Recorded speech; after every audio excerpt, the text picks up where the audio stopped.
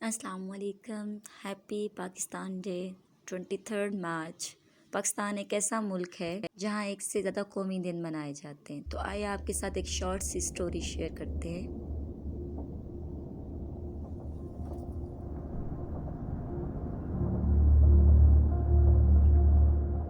19 مارچ 1940 بروز منگل.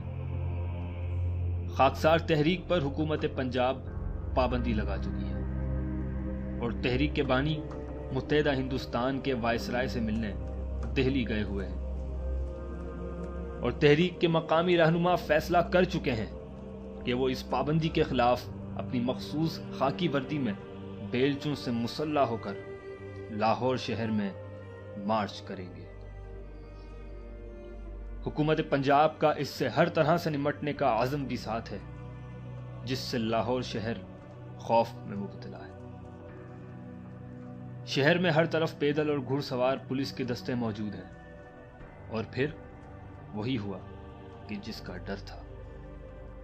پولیس نے 313 خاکساروں کے جلوس پر گولی چلا دی.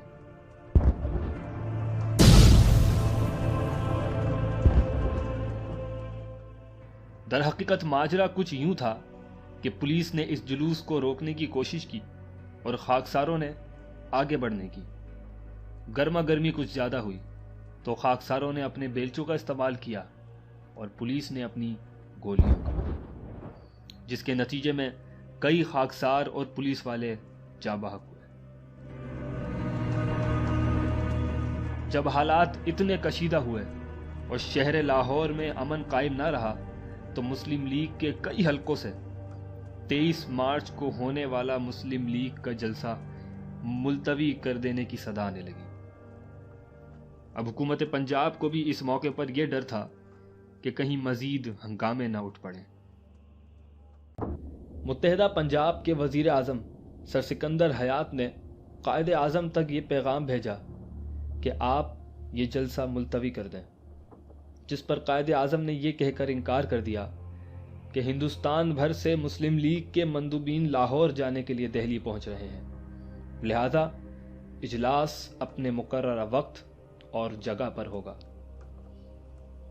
شام تک اجلاس ملتوی کرانے کی تمام کوششیں ناکام ہو چکی تھیں.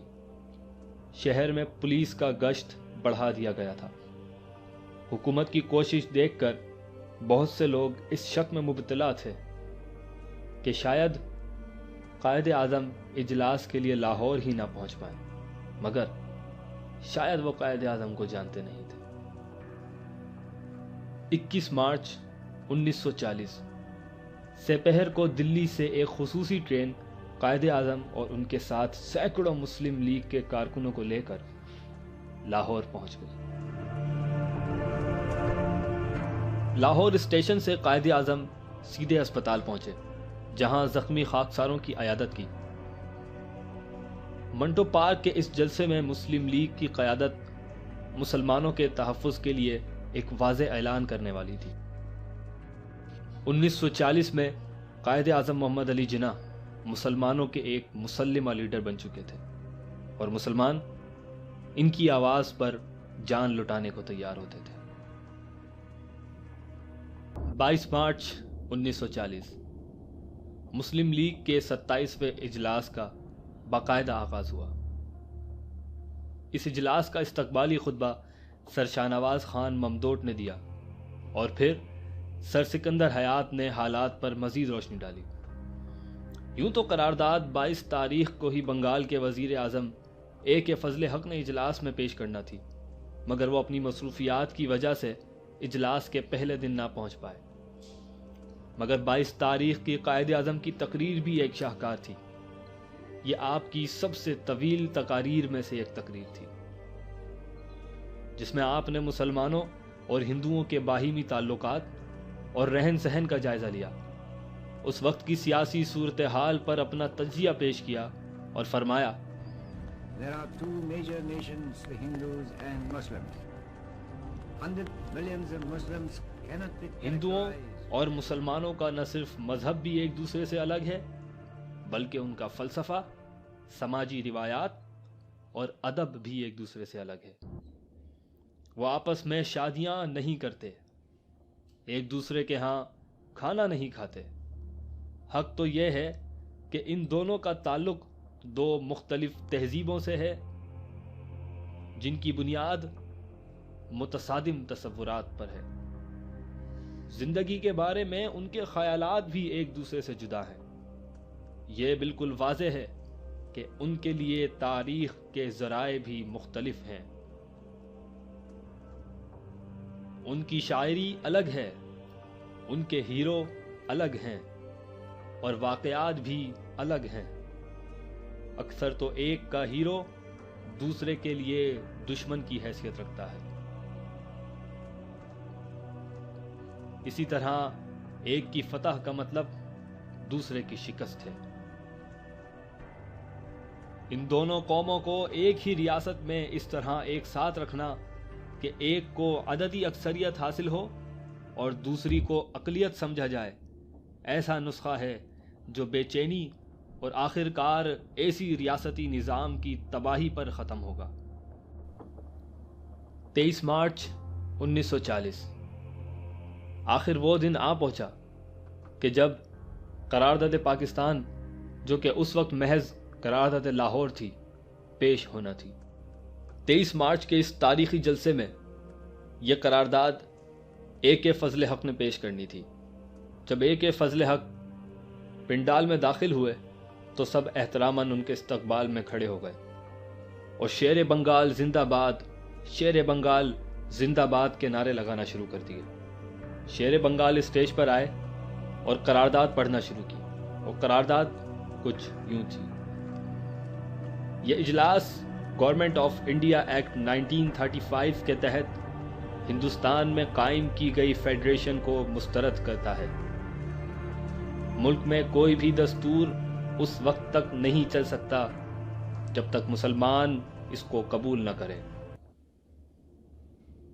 اس اجلاس کا سوچا سمجھا نقطہ نظر یہ ہے کہ ہندوستان میں کوئی نظام اس وقت تک نہیں چل سکتا جب تک اس میں ایسا انتظام نہ ہو جس کے تحت مسلمانوں کے اکثریتی اور متصل علاقوں کو آپس میں ملا کر خود مختار ریاستیں نہ بنائے جائے۔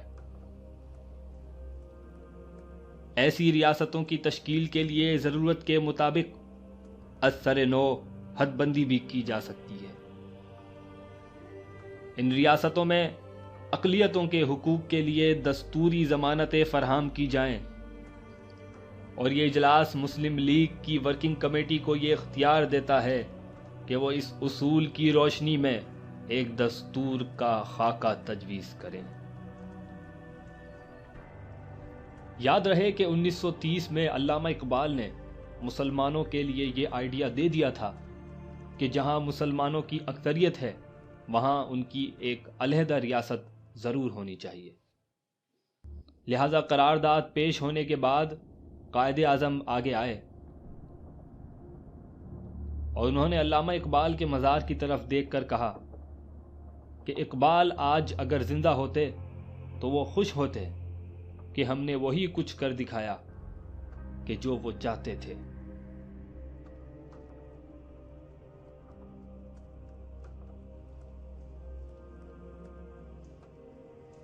اور آخرکار 7 سال کے قلیل عرصے میں ہمارے بزرگوں نے اپنی عظیم جد و جہد سے ہمیں پاکستان دلوایا۔ اور دوستوں، ہمیں اس بات کا یقین ہونا چاہیے کہ یہ پاکستان ہمارے لیے رب کی طرف سے ایک نعمت ہے، اور نعمت سے محبت بھی کی جاتی ہے اور اس کی حفاظت بھی کی جاتی ہے۔ Thank you for watching this story. Allah Hafiz.